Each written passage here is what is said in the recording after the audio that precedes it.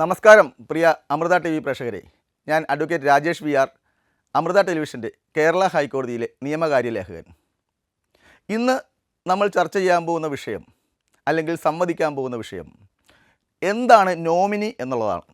Nominee എന്ന വാക്ക് നിങ്ങൾ പല സ്ഥലത്തും കേട്ടിട്ടുണ്ടാവും. സ്വാഭാവികമായും ബാങ്കിൽ ഒരു അക്കൗണ്ട് തുടങ്ങാൻ ചെല്ലുമ്പോൾ നോമിനിയായിട്ട് ആരുടെ പേര് വെക്കണമെന്ന് ചോദിക്കും. ഒരു ഫിക്സഡ് ഡിപ്പോസിറ്റ് ഇടുമ്പോൾ അപ്പോഴും ഈ ചോദ്യം കേട്ടിട്ടുണ്ടാവും, നോമിനിയായിട്ട് ആരെ വയ്ക്കണം.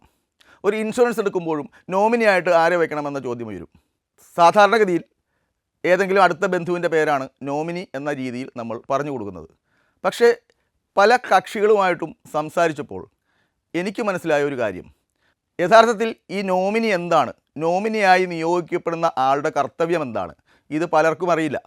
നോമിനിയായി പേര് ചേർക്കുന്നവർക്ക് പോലും എന്താണ് നോമിനി ചെയ്യേണ്ട കാര്യമെന്നറിയില്ല.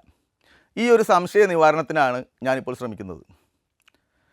ചിലർ ചിന്തിക്കുന്നത്, ഒരു ഫിക്സഡ് ഡിപ്പോസിറ്റിന് നോമിനിയായി ആരുടെയെങ്കിലും പേര് കൊടുത്തു, ഈ പേര് കൊടുത്ത ആൾ അല്ലെങ്കിൽ നോമിനേറ്റ് ചെയ്ത ആൾ മരണപ്പെട്ടു പോയാൽ ഈ പൈസ നോമിനിക്ക് ലഭിക്കും, നോമിനിക്ക് എടുക്കാം എന്നുള്ളതാണ്. കൂടുതലും ആളുകൾ ചിന്തിച്ചു വച്ചിട്ടുള്ളത് ആ പൈസ നോമിനിക്ക് അവകാശപ്പെട്ടതാണ്.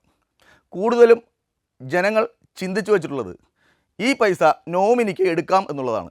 എന്നാൽ നിയമപരമായി അത് ശരിയല്ല. ഈ കാര്യമാണ് ഇന്ന് നിങ്ങളെ അറിയിക്കുന്നത്.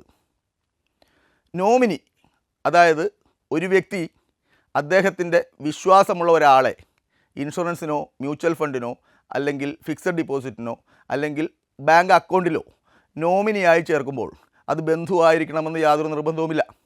എനിക്ക് വിശ്വാസമുള്ള ആരെ വേണമെങ്കിലും, അത് സുഹൃത്താവാം, മറ്റ് ബന്ധുക്കളാവാം, മകനാവാം, ഭാര്യയാവാം, അമ്മയാവാം, ആരെ വേണമെങ്കിലും എനിക്ക് വിശ്വാസമുള്ള ഒരാളെ എനിക്ക് നോമിനിയായി ബാങ്കിൽ കൊടുക്കാം.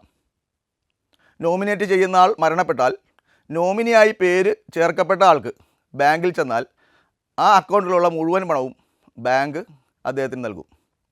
അതാണ് ആ നോമിനിയായി കൊടുത്തതിലുള്ള ഒരു കരാർ. എന്നാൽ ഈ പണം നോമിനിക്ക് ഉപയോഗിക്കാനാകുമോ ഇല്ലയോ, ഇതാണ് നമ്മൾ ചർച്ച ചെയ്യുന്ന വിഷയം. യഥാർത്ഥ നിയമപ്രകാരം ഈ നോമിനിക്ക് ഈ പണം സ്വന്തമായി ഉപയോഗിക്കാൻ നിയമപരമായി അവകാശമില്ല. നോമിനി ചെയ്യേണ്ടത് എന്താണ്?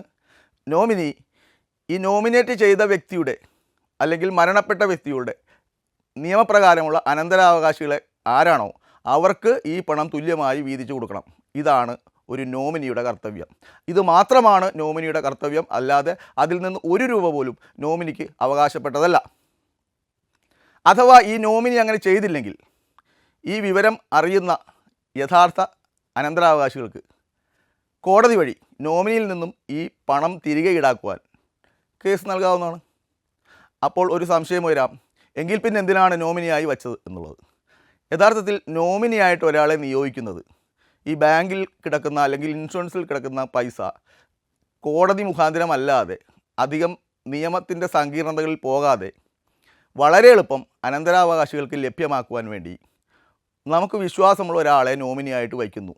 ഇത്രയാണ് ഈ നോമിനേഷൻ കൊണ്ട് ഉദ്ദേശിക്കുന്നത്, അല്ലെങ്കിൽ നോമിനി ആയിട്ട് ഒരാളെ നിയമിക്കുന്നത് കൊണ്ട് ഉദ്ദേശിക്കുന്നത്.